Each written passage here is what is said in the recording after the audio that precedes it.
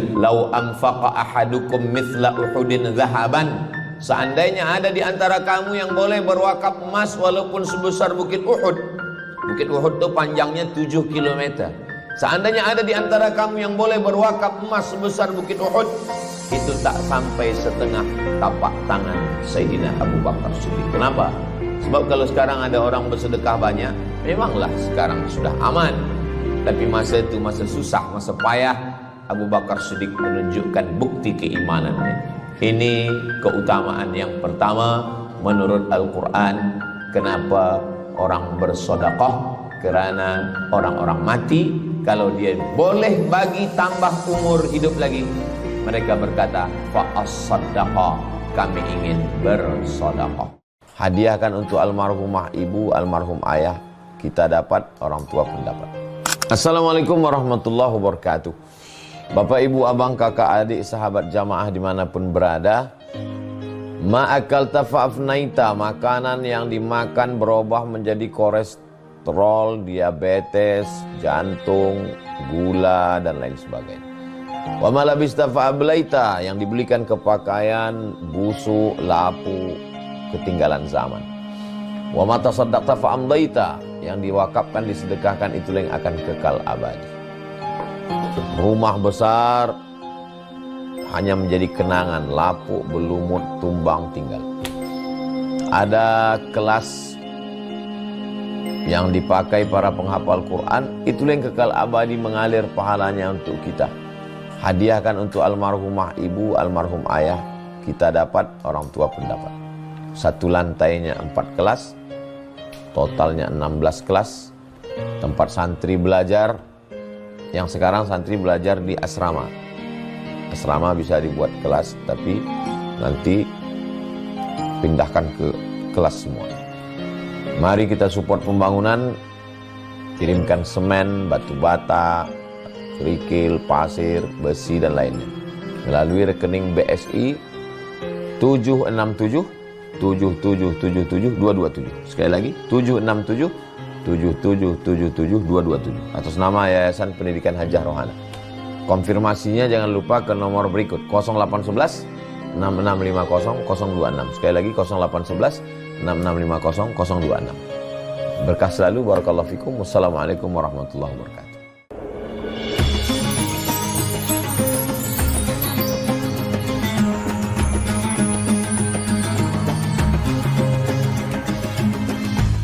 Bismillahirrahmanirrahim. Assalamualaikum warahmatullahi wabarakatuh.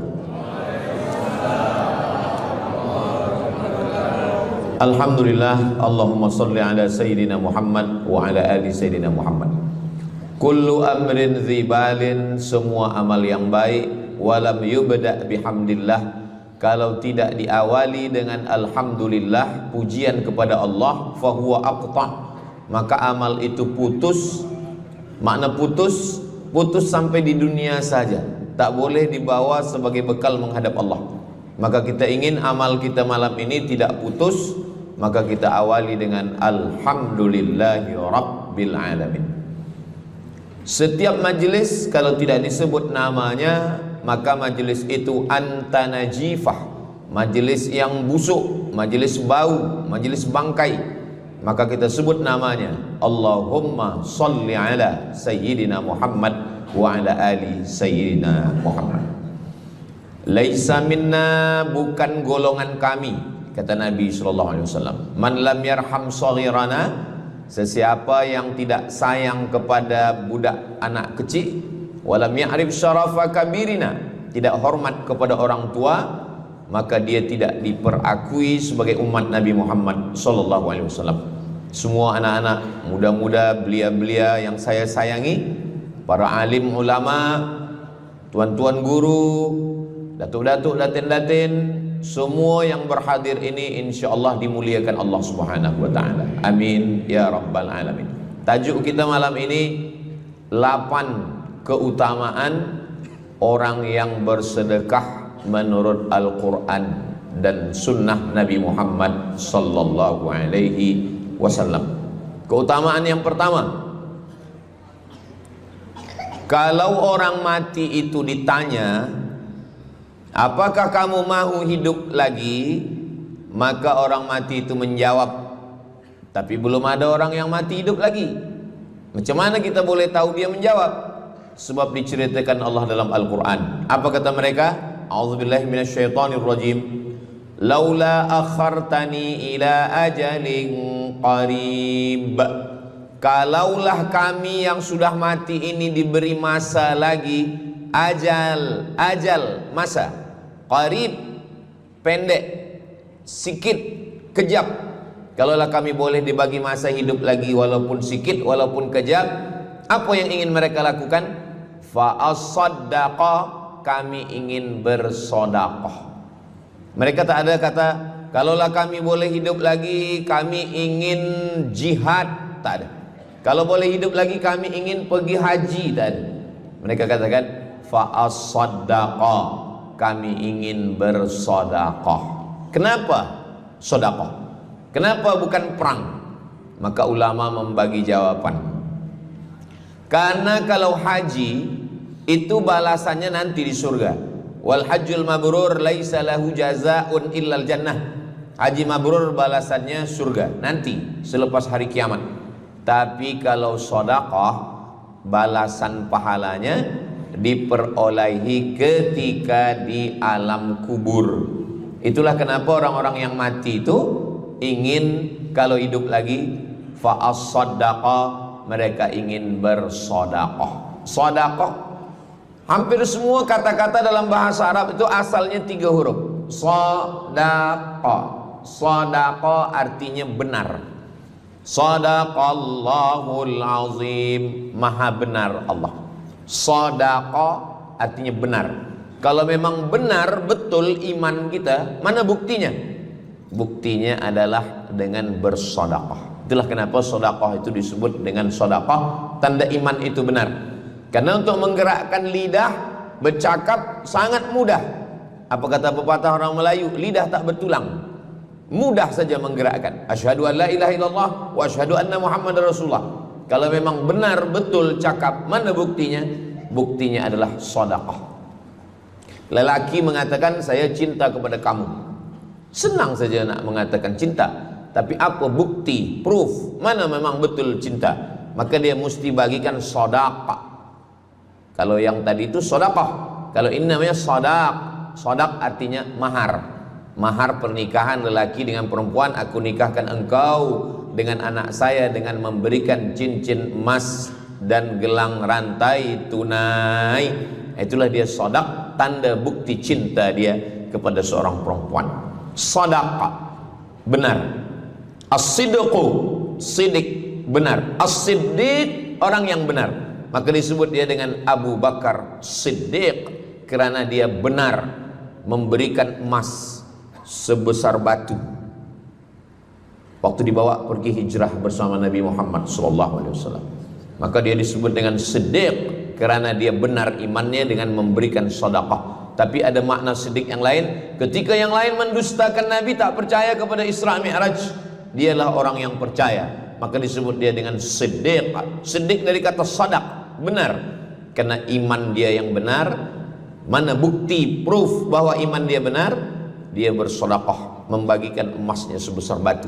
Nama dia Abu Bakar Siddiq. Nama ayah dia Abu Quhafah. Ayah dia tak Islam. Apa kata ayah dia? Habislah emas Abu Bakar itu dibawa Muhammad sallallahu alaihi wasallam. Anak Abu Bakar itu namanya Asma. Asma, mana emas ayah kamu? Dah habis dibawa Muhammad. Dia benci betul dengan Nabi Muhammad. Datang Asma, dia ambil batu, dia masukkan ke dalam kain. Kata Asma, emas ayah tu masih ada dalam kain, Datuk. Lalu Abu Quhafah memegang. Abu Quhafah ni buta, dia tak nampak. Oh ya, masih ada lagi. Rupanya emas itu sudah dibawa hijrah bersama Rasulullah sallallahu alaihi wasallam. Makanya kata Nabi, "Lau anfaqa ahadukum mithla Uhudin zahaban." Seandainya ada di antara kamu yang boleh berwakaf emas walaupun sebesar Bukit Uhud.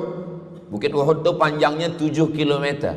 Seandainya ada di antara kamu yang boleh berwakaf emas sebesar Bukit Uhud, itu tak sampai setengah tapak tangan Sayyidina Abu Bakar Siddiq. Kenapa?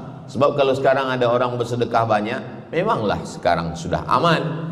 Tapi masa itu masa susah, masa payah, Abu Bakar Siddiq menunjukkan bukti keimanannya. Ini keutamaan yang pertama menurut Al-Quran. Kenapa orang bersedekah? Karena orang-orang mati, kalau dia boleh bagi tambah umur hidup lagi, mereka berkata fa-as-sadaqah, kami ingin bersedekah. Itu yang pertama. Yang kedua, sampai berapa nih? Sampai 8. Tadi saya dibagi tahu Ustadz sampai 8. Atau tak pun sampai 8, kalau dah habis 60 menit habis. Yang kedua, idzas sama'um fatarat, langit terbelah. Wa idzal kawakibun tasarat, planet bertembung, berjatuhan. Wa idzal biharu fujirat, lautan diletupkan, tsunami namanya. Wa idzal quburu bu'thirat, semua yang dikubur dibangkitkan. Selepas itu kita pun bangkit dari kubur. Innama amruhu idza arada syai'an ayyakula lahu kun fayakun. Bila kita bangkit, tak ada atap, tak ada dinding, tak ada pokok kayu. Semua gunung-gunung macam bulu kambing dihembus angin. Wa takunul jibalu kal ihnil manfush, macam bulu kambing dihembus angin. Di mana kita bernaung? Di mana kita berlindung? Kata Nabi sallallahu alaihi wasallam. Ini yang kedua. Kullu mri'in tahta zilli sadaqatihi, orang akan bernaung di bawah sedekah. Bukan bernaung di bawah haji, bukan bernaung di bawah sembahyang, bukan bernaung di bawah puasa, tapi tempat bernaung atap adalah sedekah. Tapi jangan sebab kita kaji sedekah malam ni, esok subuh tak sembahyang. Awak tak sembahyang, kita bernaung di bawah sedekah. Betul, memang bernaung di bawah sedekah, tapi tiangnya sembahyang. As-salatu imaduddin, sembahyang, salat itu adalah tiang daripada agama. Maka tempat kita berlindung, tempat kita bernaung nanti adalah sedekah. Ada yang tenggelam kerana peluh saking panasnya, ada yang tenggelam kerana peluh sampai ke lutut, ada sampai ke pinggang, ada sampai ke leher, ada yang tenggelam habis. Tapi ada orang yang merasa sejuk, selesa. Kenapa? Kullu mri'in tahta zilli sadaqatihi, orang akan bernaung di bawah sedekah. Orang-orang yang membina masjid, macam mana mahalnya masjid, jutaan ringgit. Maka ketika dia mati menghadap Allah Subhanahu wa taala, semua kepanasan, semua terik, matahari sejengkal dari ubun-ubun kepala. Tapi ada orang yang tahta zilli sadaqatihi, dia akan bernaung di bawah sedekah. Mudah-mudahan panjang umur, Allah bagi kita rezeki supaya kita boleh bernaung di bawah sedekah kita nanti insyaallah. Kita masa siang 12 jam, malam 12 jam. Tapi di akhirat nanti 50,000 sanah, 50.000 tahun. Belum tentu lagi diputuskan di pengadilan Allah Subhanahu wa taala. Datang orang menghadap Nabi Adam. Wahai Adam, kami sudah kepanasan, kami tak tahan di padang mahsyar ini. Kata Nabi Adam, saya malu menghadap Allah. Dulu kata Allah, la taqraba hadhihi syajarah, jangan dekati pokok kuldi. Fatakuna minaz zalimin, nanti engkau jadi orang zalim. Fa azallahumas syaitan, tapi digoda syaitan. Lalu kemudian Nabi Adam bertaubat. Doa yang paling tua doa Nabi Adam, Rabbana zalamna anfusana wa illam taghfir lana wa tarhamna lanakunanna minal khasirin. Datang mereka menghadap kepada Nabi Nuh. Cepatlah Nabi Nuh menghadap kepada Allah supaya diputuskan mahkamah ini. Kata Nabi Nuh, saya malu menghadap Allah. Anak saya Kan'an, masa saya panggil, ya bunayya, wahai anak saya Kan'an, irkam ma'ana, ayo mari naik ke atas perahu sampan ayah. Apa kata Kan'an? Sa'awi ila jabali ya'simuni minal ma, saya naik sampan, saya naik ke atas bukit, saya akan selamat. Rupa-rupanya hujan 40 hari 40 malam, tenggelam. Kita belum lagi 40 hari 40 malam, baru 2 hari buaya dah naik ke jalan. Macam mana 40 hari 40 malam. Maka saat itu, saat anaknya Kan'an akan tenggelam, apa kata Nabi Nuh? Ya Rabbi, ya Allah, inna bni min ahli, itu anakku ya Allah. Allah marah. Apa kata Allah? Innahu laisa min ahli, dia bukan anakmu. Innahu amalun ghairu salih, karena amal dia tak baik. Nabi Nuh malu menghadap Allah. Datang mereka kepada Nabi Musa alaihissalam. Kata Nabi Musa, saya pun malu menghadap Allah kerana perbuatan Bani Israel, umat saya jahat. Mereka datang menghadap Nabi Isa. Kata Nabi Isa, saya malu menghadap Allah kerana mereka menyembah saya selepas saya meninggalkan mereka. Pada akhirnya mereka datang menghadap Sayyidina wa Maulana wa Syafi'ina Muhammad sallallahu alaihi wasallam. Hanya Nabi Muhammad lah yang berani menghadap Allah. Sebab apa? Sebab dia umatnya. Maka walaupun kita umat yang paling kecil, umur paling pendek, badan paling tidak bertenaga, tapi kita adalah umat yang pertama nanti yang akan diputuskan perkara, dan kita adalah umat yang pertama akan masuk ke dalam surga Allah Subhanahu wa ta'ala. Maka banyak mereka yang ingin menjadi umat Nabi Muhammad. Bahkan Nabi Musa pun ingin menjadi umat Nabi Muhammad sallallahu alaihi wasallam. Masa Umar bin Khattab datang membawa lembaran-lembaran Taurat, Nabi berkata, apa itu wahai Musa? Taurat. Nabi Muhammad SAW memanggil, mari Taurat.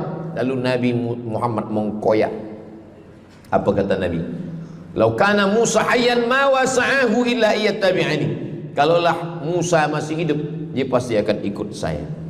Dan itu betul pada peristiwa Isra dan Mi'raj. Nabi jadi imam, Nabi Musa jadi makmum, Nabi Isa jadi makmum, Nabi Ibrahim jadi makmum, semua nabi-nabi jadi makmum. Imamnya adalah Sayyidina wa Maulana Muhammad sallallahu alaihi wasallam.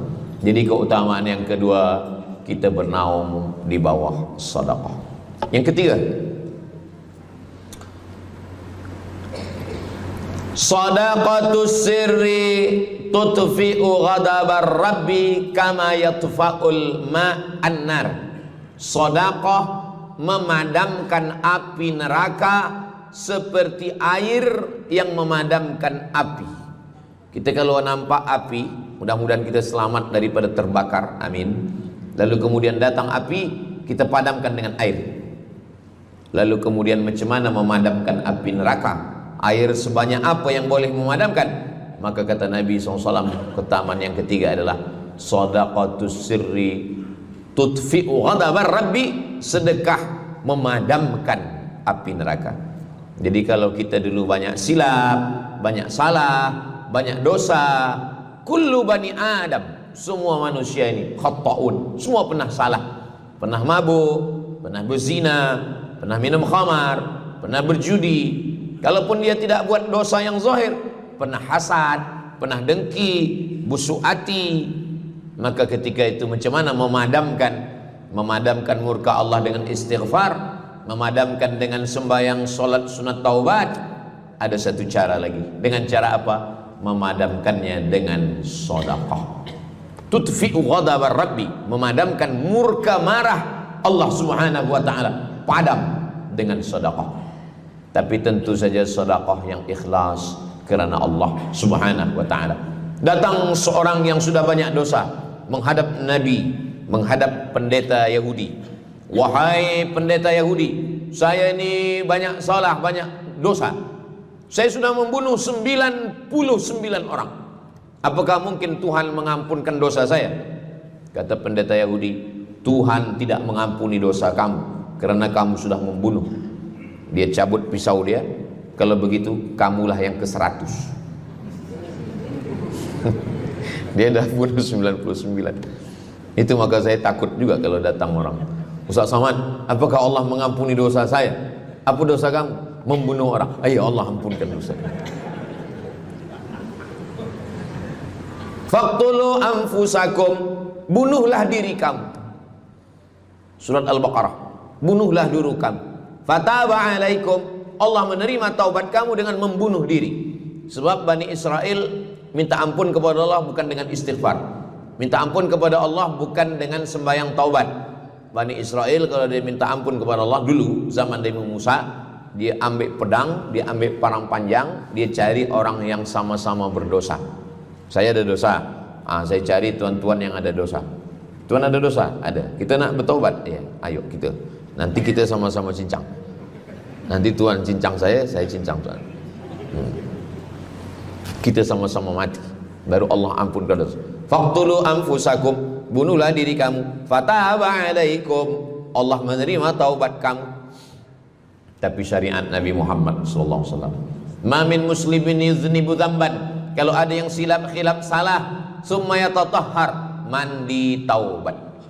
Apalagi kita di Bandar Sri Begawan, bila tadi pesawat terbang nak landing turun, nampak cantik laut keliling. Jadi siapa nak mandi taubat, pergi ke laut. Kalau sampai ke tengah laut, bukan cuma dosa hilang, orangnya hilang sekali. Aku mandi taubat, saya mandi taubat. Selepas mandi taubat, tak boleh mandi taubat, wudu. Tak boleh wudu, tayamum. Selepas itu sembahyang sunat taubat. Usolli sunnatat taubat raka'ataini lillahi ta'ala. Dosanya perlu sebut, jangan sebut. Ada seorang lelaki, maaf, nafsu dia tinggi. Lalu di jalan dia nampak perempuan. Selepas itu maaf, dia cium. Selepas itu dia datang ke Nabi, dia mengadu, ya Rasulullah, tadi saya melakukan begini-begini. Tegak Umar bin Khattab, Allah sudah tutupi, kenapa kamu bukakan di hadapan orang ramai? Allah mengampuni manusia kecuali al-mujahirun. Al-mujahirun menampakkan dosanya dan bangga dengan dosanya. Ini orang akhir zaman ini sekarang banyak mujahirun. Dia mabuk, dia live streaming. Hai guys, dah mabuk ke malam ni? Ini al-mujahirun. Maka ulil amri mesti ambil hukum. Tapi orang yang pernah berdosa, pernah silap, pernah salah, jangan cerita lagi, tutup. Suami-suami kalau bertobat kepada Allah, mengadu kepada Allah, cukup. Jangan cerita ke istri. Allah menerima, istri tak terima.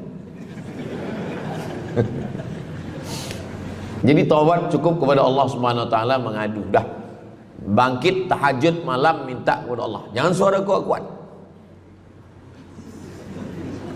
Cukup. Sebab tidak semua kejujuran boleh diterima orang lain. Tak semua perempuan boleh menerima kejujuran. Sakit hati dia. Allah Subhanahu wa taala Maha Pengampun. Selepas itu kemudian wa asbi'is sayyi'atal hasanata, dosa-dosa silap khilaf masa lalu bagaimana menutupinya? Hasanata, perbuatan baik. Sembahyang baik, solat baik, tapi ada yang paling baik. Apa dia? Shadaqatus sirri, memperbanyak sedekah, memadamkan murka Allah seperti api dipadamkan oleh air. Marah itu adalah kobaran dari api neraka. Bila kita sedang marah, itu adalah api neraka lahab. Lahab itu artinya berkobar. Lahab pakai ba, lahab. Sebab saya pernah juga lalu di satu jalan, ada rumah makan, restoran Abu Lahab, pakai P, lahab, mungkin lahab, makan lahab.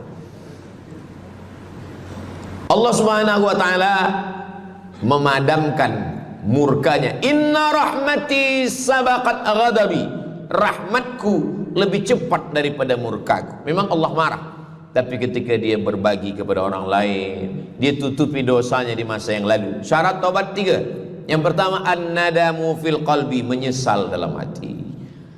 Yang kedua, al-iqraru bil lisani, nyatakan dengan lisan, astaghfirullahalazim.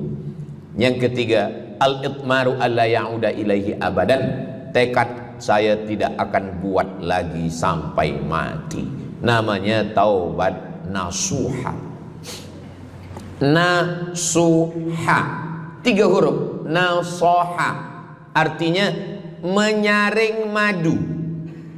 Datang orang memanjat pokok kayu, dia ambil parang panjang, dia potong sarang lebah jatuh ke bawah, disaring dengan kain tipis, lalu kemudian tersangkut di atas kain. lilinnya tersangkut, lebahnya tersangkut, anak lebah tersangkut, rantingnya tersangkut, dahannya tersangkut, maka keluarlah madu. Itu bahasa Arabnya namanya nasuha. Apa makna nasuha? Menyaring dosa-dosa sehingga yang tinggal hanya amal soleh. Yang sampah-sampah tersangkut. Sekarang susah nak minum madu yang asli, banyak palsu. Macam mana Ustaz, saya ni suka spesihat minum madu. Apa tanda madu ni asli? Bawa pulang ke rumah. Kalau istri marah, itu asli.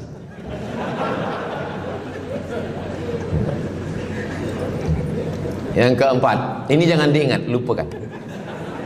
Yang keempat, apa itu keutamaan sedekah?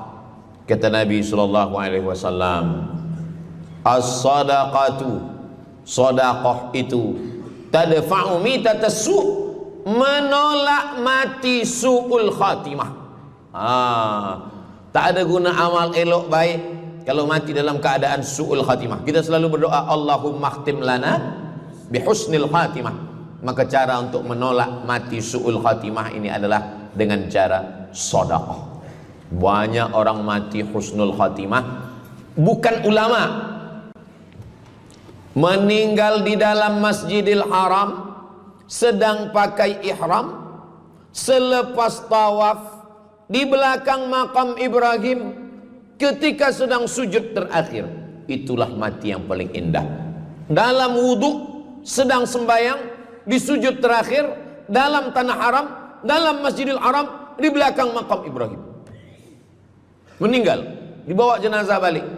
Orang datang bertanya kepada ibunya, dia masih pemuda belia, apakah dia ulama? Dia bukan ulama. Kenapa dia mulia betul? Apakah dia pernah perang ke Palestina? Tidak. 2-3 hari selepas itu datang satu perempuan membawa budak kecil. Kamu siapa? Kami adalah orang yang tiap bulan dapat kiriman beras, minyak dan makanan dari pemuda ini. Saya maaf, seorang janda, ini anak-anak saya, dan dia selalu bagikan uang dia untuk makan kami.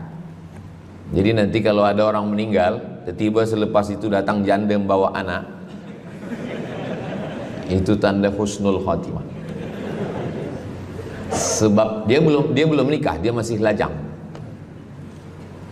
Allah ingin menunjukkan bahwa kalau engkau berbuat sedekah, maka Allah Subhanahu wa taala memberikan keutamaan husnul khatimah. Bukan setakat diselamatkan dari su'ul khatimah, tapi mendapatkan husnul khatimah.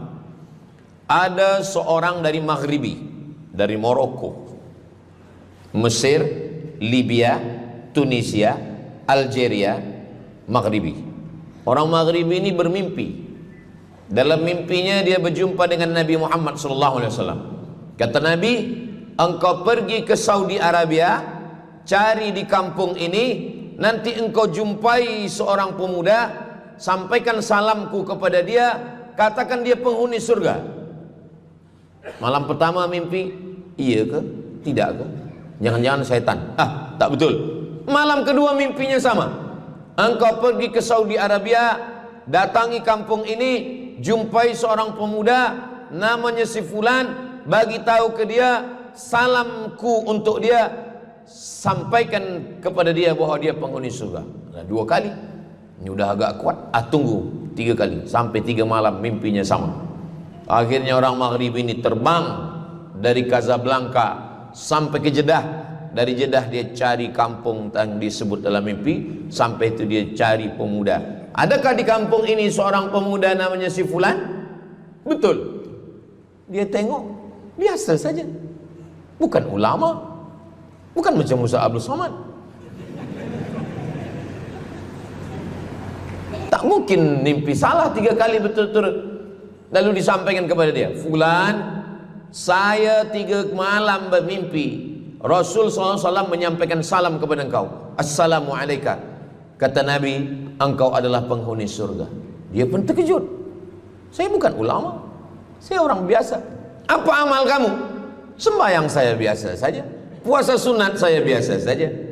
Hanya saja saya tak pernah menyimpan hasad dendam dan saya selalu membagikan uang kepada fakir miskin, anak yatim dan du'afa. Selepas mendapatkan itu dia pun menangis, dia pun bersedih karena dia merasa dia tak layak dicintai, karena dia masa banyak silap, banyak salah. Rupanya rahmat Allah itu turun bukan kepada orang yang alim tapi sombong, bukan kepada orang yang kaya tapi takbur, tapi kepada orang yang hatinya hancur berkeping karena takut kepada Allah Subhanahu wa ta'ala. Selepas itu dia pun meninggal dalam keadaan husnul khatimah setelah mendapatkan janji dari Rasulullah sallallahu alaihi wasallam. Apa maknanya?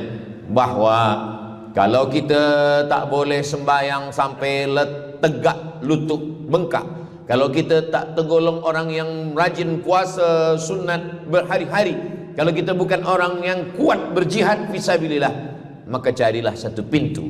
Pintu itu bernama babus sedekah. Karena banyak yang sudah melaluinya dan mereka dimuliakan Allah, diselamatkan daripada su'ul khatimah.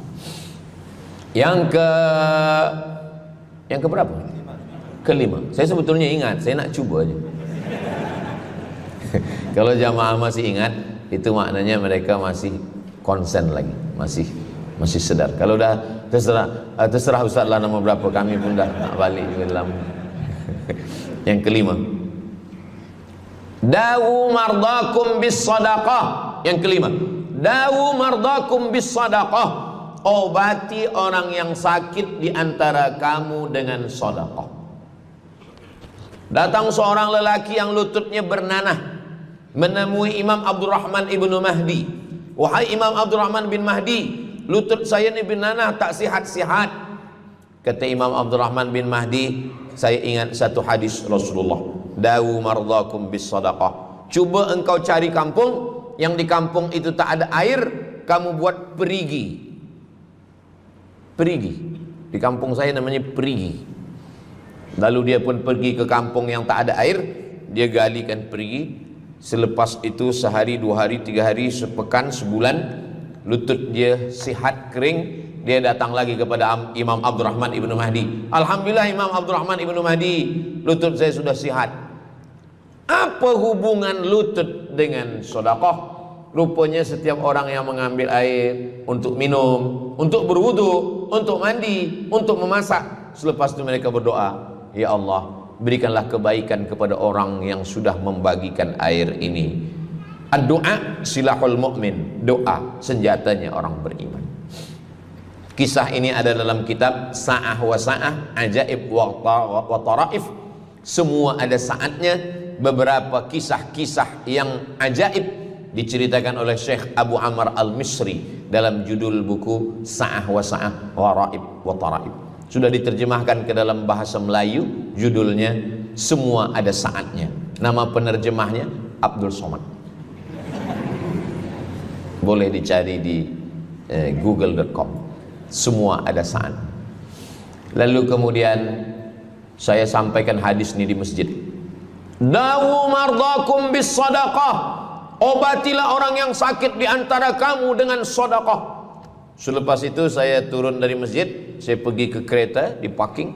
Datang seorang jamaah. Memang yang Ustaz sampaikan tadi betul. Kata saya, memang betul. Takkan saya sampaikan tak betul? Apa maksud awak? Betul. Istri saya kena sakit kista sebesar duit di dalam rahim dia. Kata doktor, ini mesti diambil, kalau tidak dia makin besar makin besar.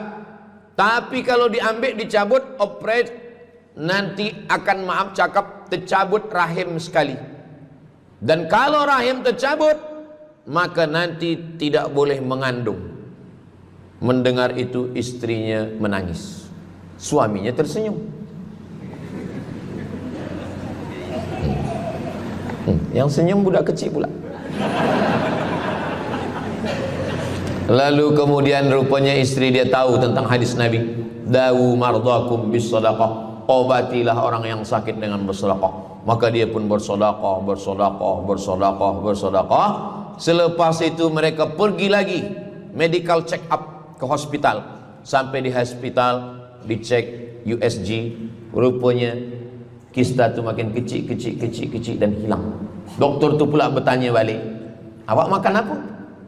Saya makan nasi, kata dia. Minum apa? Minum teh tarik. Saya amalkan hadis Nabi Muhammad SAW, dawu mardakum bis sadaqah. Kata doktor, awak tak perlu operate dan ini tidak perlu dibelah, dan rahim awak masih boleh mengandung. Istrinya tersenyum, lakinya pula menangis. Begitulah Allah Subhanahu wa taala. Syekh Abu Amr Al-Misri bercerita tentang seorang perempuan di Saudi Arabia. Dia pergi ke Amerika. Kata doktor di Amerika, kamu sudah balik ke rumah, makan kenyang, tidur lelap. Nanti kalau puan-tuan pergi hospital, lalu dokter bercakap, balik ke rumah, makan kenyang, tidur lelap. Itu maknanya malaikat maut udah dekat. Tak ada obat.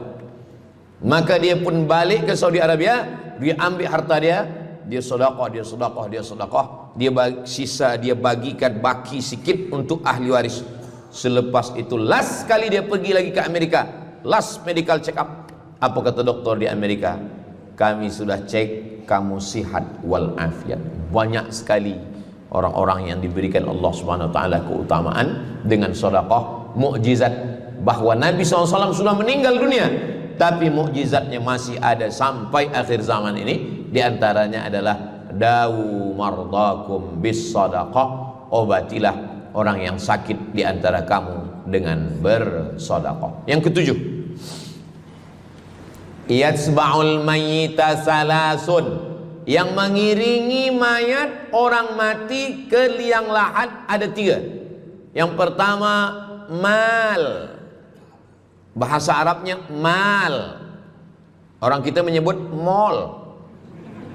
Harta yang mengiringi manusia ke liang lahat. Yang pertama maluhu, harta. Yang kedua ahluhu, istri, anak, menantu, kawan, jiran, sahabat. Yarji'usnani, yang dua ni balik ke rumah. Anak balik, istri balik, kereta balik, semua balik.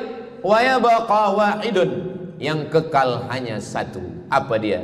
Yang kekal hanya satu, itulah dia sedekah. Sedekah lah yang kekal. Itulah kenapa orang-orang meninggal dunia.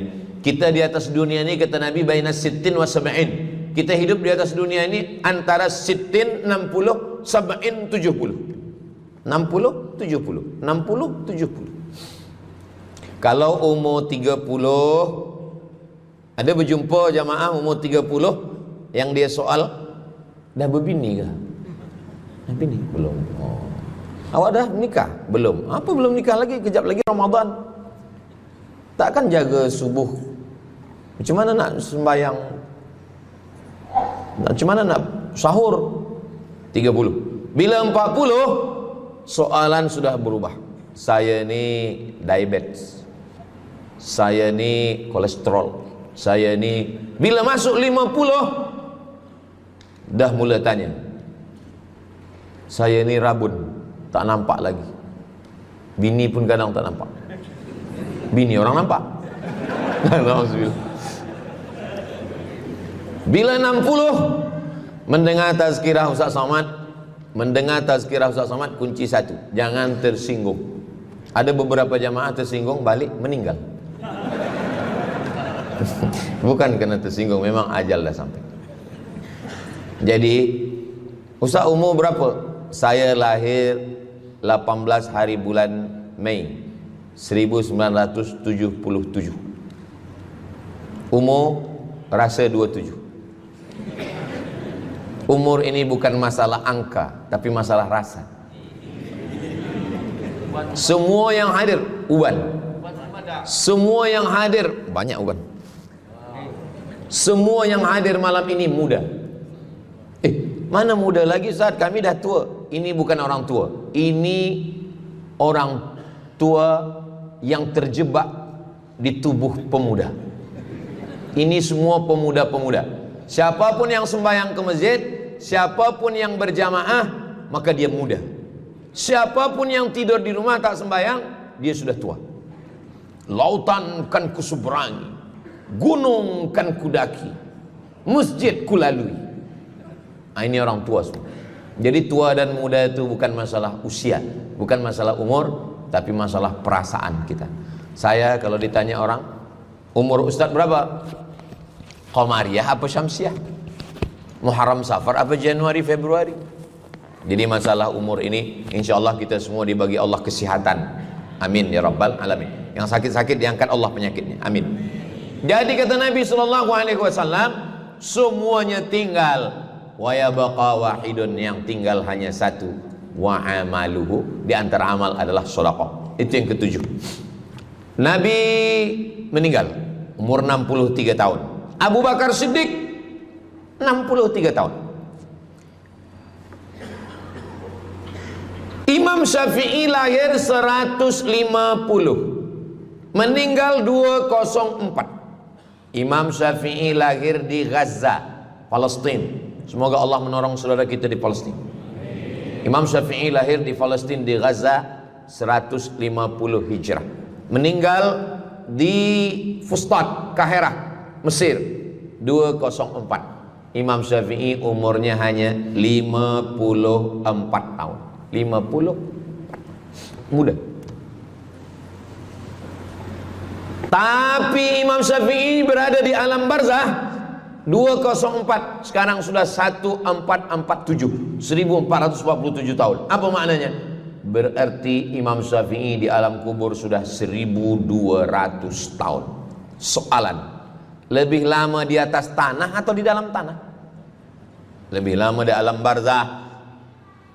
Di alam rahim 9 bulan 10 hari.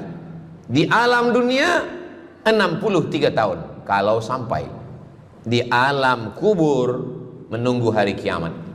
Imam Syafi'i sudah 1200 tahun.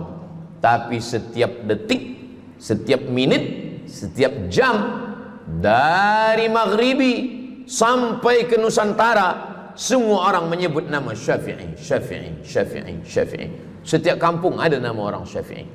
Setiap kawasan ada nama orang Syafi'i. Begitulah mulianya Imam Syafi'i. Kita, seandainya kita mati, berapa lama lagi kita di alam barzah? Dulu ada yang mengatakan kiamat 2012, rupanya tak jadi. Kan ada filmnya, kiamat 2012, Steven Spielberg. Tak jadi. Yas'alunaka 'anis sa'ati ayyana mursaha. Mereka bertanya kepadamu tentang hari kiamat. Qul, katakan, la ya'lamuha illa hu. Yang tahu hanya Allah Subhanahu wa ta'ala. Pikirkan, kalau kita mati, apa yang akan mengalir? Rumah kita dijual, anak kita dibagi-bagi kepada ahli waris. Kereta kita dijual semuanya.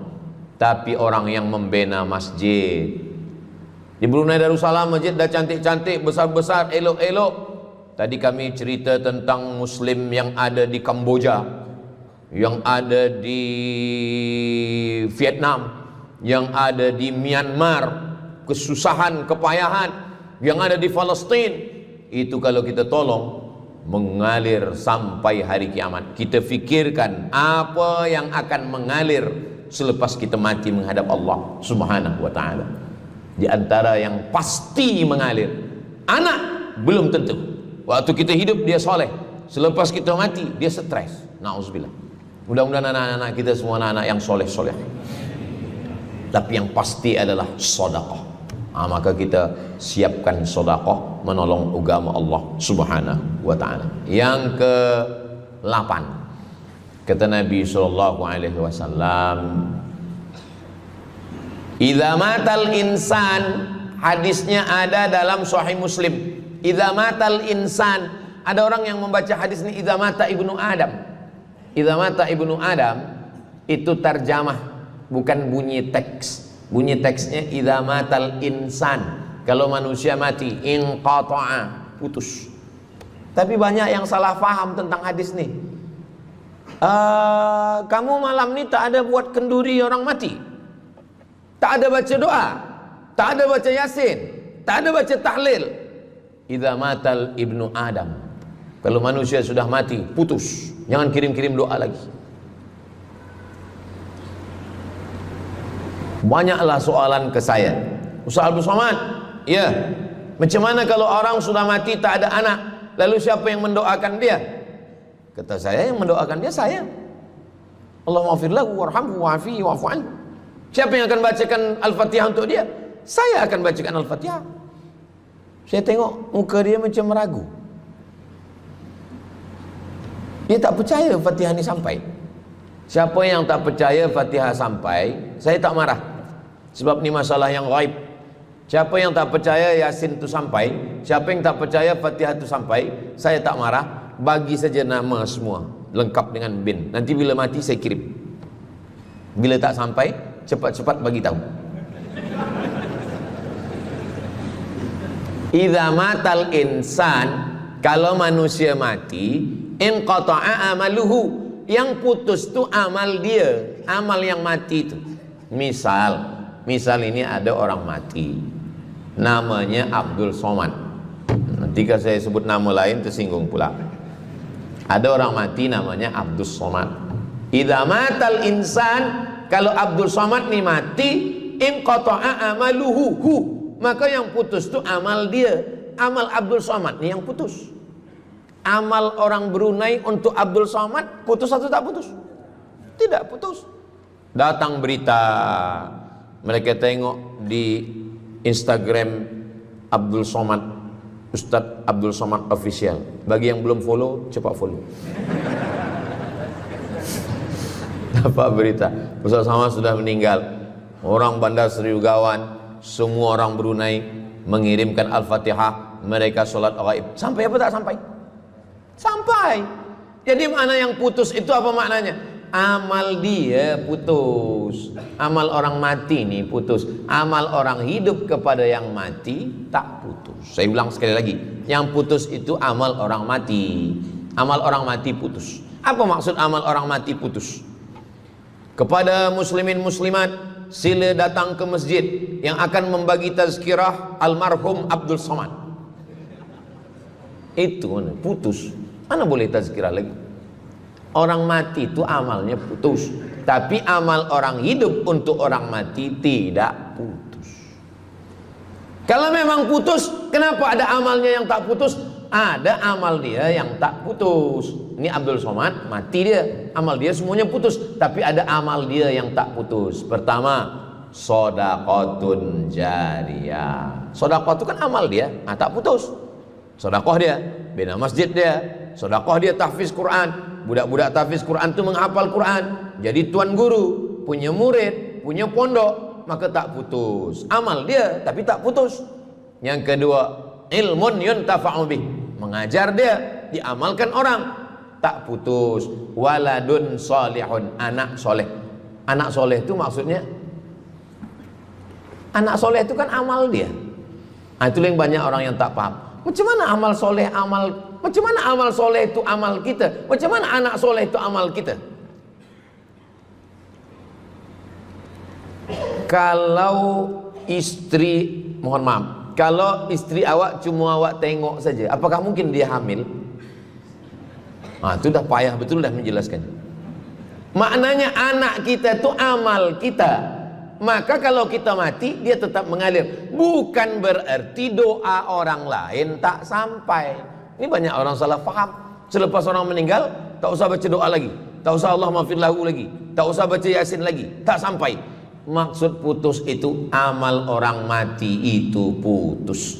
Kalaulah putus amal orang hidup kepada orang mati, tak ada solat jenazah.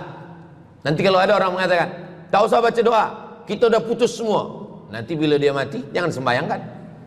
Sebab sembahyang jenazah itu kan amal orang hidup untuk orang mati. Allahu Akbar, Allahumma alhamd, Allahu Akbar, Al-Fatihah, Allahu Akbar, salawat, Allahu Akbar, Allahumma ighfir lahu warhamhu wa'afihi wa'fu anhu, Allahu Akbar, Allahumma la tahrimna ajrahu wa la taftina ba'dahu waghfir lana wa lahu wa li ikhwanina alladhina sabaquna bil iman wa la taj'al fi qulubina ghillan lil ladzina amanu rabbana innaka ra'ufur rahim. Empat itu sampai, Al-Fatihah sampai, doa sampai, Al-Fatihah sampai, solawat sampai, doa takbir 3 sampai, doa takbir 4 pun sampai. Itu maknanya amal orang hidup sampai. tapi amal orang mati putus. Apakah orang mati itu tetap beramal? Orang mati tetap beramal, tapi katanya putus. Yang putus itu amal wajib. Sholat wajib, tak wajib lagi. Puasa wajib, tak wajib lagi. Adapun amal yang tak wajib, makanya kalau ada suami yang tak mau amal wajib, suruhlah dia mati. Mana dalil Ustadz bahwa orang mati tetap beramal? Waktu Nabi Muhammad SAW Isra Mi'raj, Nabi Isra Mi'raj, Nabi tengok Nabi Musa sholat di dalam kuburnya, padahal Nabi Musa sudah meninggal. Itu menunjukkan orang meninggal pun beribadah, tapi ibadah dia tidak wajib lagi.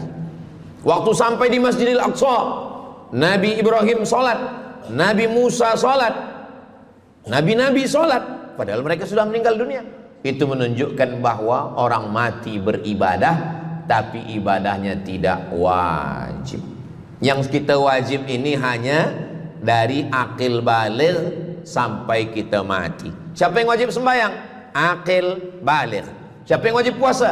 Akil baligh. Siapa yang wajib haji? Akil baligh mampu. Ada orang akil, ada orang baligh tapi tak akil. Umur 15 tahun, 20 tahun, 30 tahun, baligh umurnya sampai tapi tak akil, tak ada akal. Rufi'al qalam, kertas, pena dia terangkat, tak mencatat. Ada 3 orang yang penanya tak mencatat. Yang pertama, anis sobi hatta yahtalim, budak kecil sampai dia mimpi akil balik. Yang kedua, anin naim hatta yastayqiz, orang tidur sampai dia terjaga. Yang pertama, budak kecil sampai akil balik. Maka kalau nak nakal waktu kecil itulah. Menyesal saya Ustaz, waktu kecil dulu baik-baik. Yang kedua, anin naim hatta yastayqiz, orang tidur sampai dia jaga tidur. Makanya kalau nak buat dosa waktu tidurlah. Ada seorang suami tidur, selepas itu dia terjaga, dia katakan ke istri dia, Adinda, buah hati belayan jiwa, siang dan malam terbayang-bayang, makan tak kenyang, tidur tak lelap. Abang bermimpi malam tadi. Mimpi apa? Mimpi berbini lagi.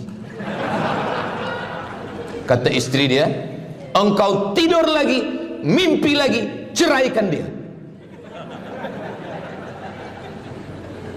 Macam mana nak tidur lagi? Begitulah. Tapi perempuan ini tak ada di Brunei, di kampung saya. Sini baik-baik. Orang tidur dia tidak boleh dihukum, sebab mimpi kita tak boleh buat-buat. Anil naim hatta yastayqiz, orang tidur sampai dia jaga tidur. Anil majnun hatta yafiq, orang gila sampai sehat. Orang gila tak diambil hukum, tak wajib sembahyang, tak wajib puasa. Itu maka kadang isteri kalau ada lelaki tak sembahyang, abang ni gila ke? Kata, aku tergila-gila dengan kamu sayang. Jadi siapa yang wajib? Macam mana dengan orang yang pikun, hilang ingatan? Hilang ingatan bila dari mula zuhur azan sampai waktu asar habis, ingatan dia hilang, maka dia tak wajib sembahyang. Tapi bila dia ingat sekejap, dia wajib lagi. Itu pula masalahnya Ustaz. Laki saya ni hilang ingatan waktu sembahyang saja. Lepas tu ingat balik. Balik, berakal. Kata orang, kalau sudah tua kita mengalami namanya demensia. Manusia, demensia, amnesia. Amnesia tak ingat apa-apa, semua lupa. Itu maka kita bila nak pergi kemana-mana guna helmet, sebab bila kepala ni terantuk lupa. Ada kawan saya, dia hafaz Quran 30 juz, ceramah tazkirah kemana-mana, bawa kereta jatuh. Kata dia banyak ayat-ayat yang hilang, maka aku kalau sembahyang ayat pendek-pendek. Kata saya, bang, di kampung saya dulu kalau ada radio yang dah tua yang rosak, itu biasa kita pukul mau elok balik. Cuba antukkan sekali lagi, kata saya. Kata dia, aku takut kalau aku antukkan Fatihah ni pula hilang. Maka Islam ini datang menjaga 5. Pertama, menjaga akal. Tak boleh minum khamar, tak boleh guna khamar, narkotik. Menjaga diri, tak boleh bunuh diri. Menjaga kehormatan, tak boleh menghina orang. Menjaga agama, tak boleh membawa aliran sesat, ateis, tak percaya, kekafiran. Menjaga harta, tak boleh ada mencuri, tak boleh ada dusta, tak boleh ada akad bohong, tak boleh ada tipu, tak boleh ada gharar, tak boleh ada zulm, tak boleh ada ghish. Man ghasyana falaysa minna. Siapa yang menipu kami, maka dia bukan golongan kami. Jadi berdasarkan 8 keutamaan ini, kalau ingat 8-8-nya alhamdulillah. Tak ingat 8, ingat 7, ingat 6, ingat 5, ingat 4, ingat 3, ingat 2, ingat 1. Satu pun tak ingat, innalillah. Tapi insyaAllah kita boleh ingat semua. Sebab apa? Sebab tazkirah malam ini direkodkan. Nanti boleh ditonton ulang di channel Ustaz Abdul Somad Official. Jangan lupa subscribe, like, share, and comment. Jamaah yang dimuliakan Allah Subhanahu Wa Taala, tadi saya mula pukul 8.15, sekarang sudah pukul 8.10. Jadi saya di mana-mana tazkirah memanglah 60 menit, 600 ml. Tapi rupanya botolnya kecil aja. Nah, jadi sebenarnya setengah jam pun cukup. Jadi dari 8 tadi itu semua membagi kita semangat. Kalau ada orang yang mengatakan Islam ini agama yang menyuruh kita tak usahlah berniaga, tak usahlah bertanam kelapa sawit, tak usahlah bertanam kelapa, tak usahlah buka ikan, tak usahlah bertani. Sesungguhnya Islam ini agama yang menyuruh kita berusaha. Masuk masjid, Allah maftah li abwaba rahmatik. Keluar masjid, Allahumma inni as'aluka min fadlik. Kenapa keluar masjid minta rezeki?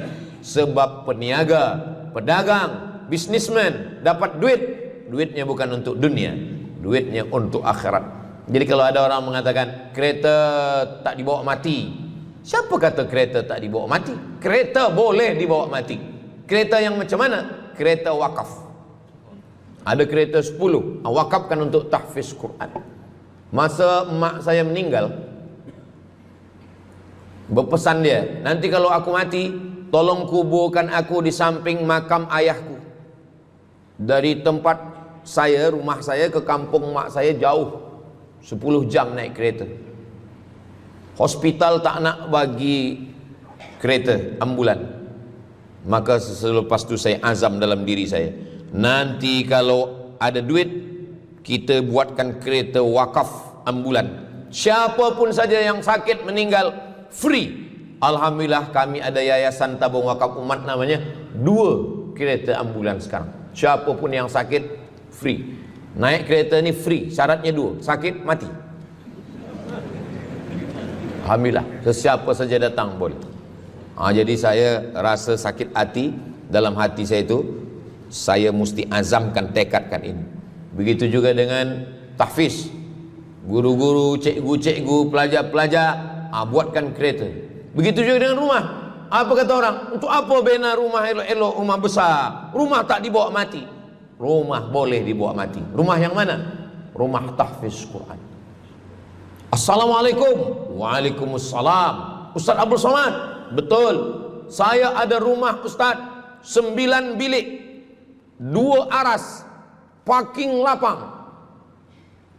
Rumah siapa? Tak tahu. Ini rumah siapa Tuan? Tuan Haji. Rumah saya. Tuan Haji di mana sekarang? Saya di Surabaya, Ustaz Abdul Somad. Rupanya dia dulu kerja kilang minyak di Riau, Sumatera. Lepas pencen dia balik ke Jawa. Jadi rumah ni saya nak wakafkan. Wakafkan sekarang, kami buat rumah tahfiz Quran. Lagi petang, siang, malam orang hafaz Quran. Ini rumah boleh. Jadi kalau ada orang mengatakan tak usahlah cari harta banyak-banyak, harta tak dibawa mati. Harta dibawa mati dengan syarat diwakafkan, diinfakkan, disedekahkan. Yang paling tinggi zakat wajib. Di bawah zakat wakaf. Wakaf mesti ada 4. Orang yang berwakaf, orang yang menerima wakaf, harta yang diwakafkan, ada ijab dan qabul. Di bawah wakaf infak, di bawah infak baru sedekah. Kenapa infak lebih tinggi daripada sedekah? Sebab infak adalah harta, sedangkan sedekah tak harta pun sedekah. Senyum itu sedekah. Makanya yang kalau ada box di depan masjid, box di tepi jalan, itu yang tepat ditulis box infak, jangan box sedekah. Sebab kalau box sedekah nanti orang senyum aja. Tabassumika fi wajhi akhika sedekah, senyummu ke wajah saudaramu adalah sedekah. Tolong untuk dibaca Ustaz.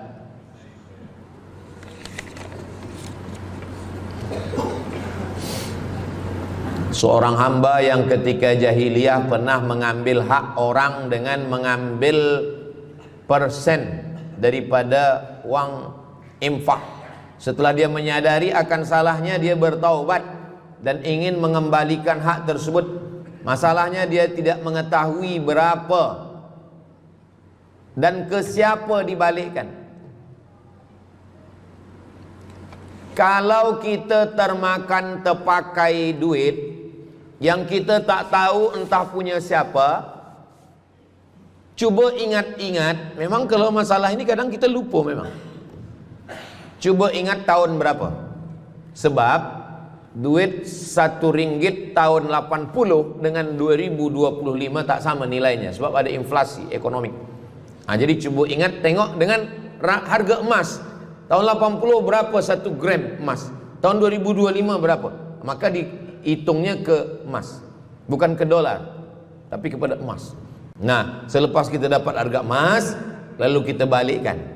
Misalkan tahun 80 100 ringgit itu 1, 2, 3 gram. Maka yang sekarang kita tidak balikkan 100 ringgit, tapi kita balikkan sekarang 2025 dengan 3 gram emas. Berapa harga 3 gram emas? Lepas itu kita balikkan. Kalau kita tak tahu orangnya di mana, anak cucunya, ahli warisnya tak tahu, maka kita serahkan kepada masalih ammah. Masalih ammah artinya kepentingan umum. Pendidikan tahfiz Quran, sekolah, tempat anak yatim, tempat duafa fakir miskin, ke masjid, boleh. Tapi kalau kita bawa duit haram, duit tak jelas, kita serahkan saja. Datang, tuan guru bagi dah. Jangan sebut pula, tuan guru ni ada beberapa duit haram saya nak bagi ni. Serahkan saja. Begitu juga dengan orang yang menyimpan uang di bank yang bukan Islamic bank. Syukran, jazakumullah khair. Lalu kemudian dia duduk di negeri yang tak Islam, lalu kemudian dia letakkan di bank yang tak Islamik, maka duit ini ada fawaid, ada bunganya, riba, haram. Kalau dia simpan di rumah, dia takut hilang. Duit ini tak boleh dia makan, tak boleh dia belikan ke pakaian, tak boleh dia bagikan ke orang lain, maka dia serahkan kepada masalih ammah. Begitu kata Syekh Yusuf Al-Qardawi dalam kitab judulnya Fatawa Mu'asirah, fatwa-fatwa kontemporer, fatwa modern. Jadi masalih ammah, kepentingan umum, bukan untuk diri sendiri. Orang terhalang doanya sebab 3. Mat'amu haram, makanannya haram. Masrabuhu haram, minumannya haram. Malbasuhu haram, pakaiannya haram. Wadhiya bil haram, dibagi makan haram. Jadi kalau kita selamatkan, insyaallah Allah pun menyelamatkan kita semua. Mudah-mudahan Allah bagi kita, anak cucu kita rezeki, supaya kita boleh mengamalkan pintu sedekah ini. Salah satu pintu surga ada namanya babus sedekah. Orang yang masuk surga melalui pintu karena banyak bersedekah. Mudah-mudahan kita dan anak cucu kita termasuk dalam golongan itu insyaallah. Ala hadhihi niyyah al-Fatihah. A'udzu billahi minasy syaithanir rajim. Bismillahirrahmanirrahim. Alhamdulillahirabbil alamin. Arrahmanir rahim. Maliki yaumiddin. Iyyaka na'budu wa iyyaka nasta'in. Ihdinas siratal mustaqim. Siratal ladzina an'amta 'alaihim ghairil maghdubi 'alaihim waladdallin. Amin. Allahumma shalli 'ala sayidina Muhammad wa 'ala ali sayidina Muhammad. Allahumma anzilir rahmata was salamata wal barakata 'ala hadhil jamaah. Ya Allah, turunkanlah keselamatan, kerahmatan, keberkahan kepada seluruh jamaah yang hadir ini ya Allah. Allah marzuqna rizqan halalan thayyiban mubarakan fi. Berikanlah kami rezeki yang halal yang barakah supaya kami dapat berwakaf, berinfak dan bersedekah. Ya muyassir kulli asir, engkau yang memudahkan segala yang susah. Yassir lana umurana, mudahkan segala urusan kami, umurad dunya wal akhirah, urusan dunia dan urusan akhirat ya Allah. Allahumma wasi' arzaqana, lapangkan rezeki kami. Barik lana fi umurina, berikan berkah pada umur kami. La tada' lana dzamban illa ghafartah, pulang kami dari majelis ilmu ini dalam keadaan bersih dari segala dosa-dosa. Wala dainan illa qadaitah, tolong kami lepas dari segala hutang piutang riba. Wala maridan illa syafaitah, ada saudara kami yang sakit, angkat penyakitnya, sihatkan ya Allah. Wala mayyitan illa rahimtah, yang meninggal dunia curahkan rahmat kasih sayangmu, lapangkan kuburnya, selamatkan dari azab ya Allah. Wala aziban illa zawajatah, yang belum menikah berikanlah jodoh yang baik-baik ya Allah. Wala raghiban illa anjabatah, yang belum ada keturunan berikanlah anak yang soleh solehah penghafal Quran mujahid fi sabilillah. Allahumma ja'al hadzal balada baladan amina, jadikanlah negeri tempat tinggal kami negeri yang aman dan damai. Allahumma dafa'anil ghala wal waba wal fahsya wal riba wal zina wal munkar, selamatkan dari malapetaka, bencana, musibah, segala perbuatan keji dan munkar. Rabbana fir lana dzunubana wa li walidaina wa li abaina wa li ummahatina wa li ajdadina wa li masyayikhina, ampunkan dosa kami, datuk nenek moyang kami, guru-guru kami, wa liman hadarana, semua yang hadir dan mengikuti kajian kami malam ini ya Allah. Rabbana atina fid dunya hasanah wa fil akhirati hasanah wa qina adzabannar. Wa sallallahu ala sayyidina Muhammad wa ala alihi washabihi wasallam. Walhamdulillahi rabbil alamin. Taqabbalallahu minkum minna wa minkum taqabbal ya karim. Terima kasih segala perhatian. Mohon maaf segala kesilapan. Aku qauli hadza astaghfirullah li wa lakum. Saya tutup dengan pantun penutup. Menangkap puyuh di Bukit Selasih. Thank you dan terima kasih. Wassalamualaikum warahmatullahi wabarakatuh.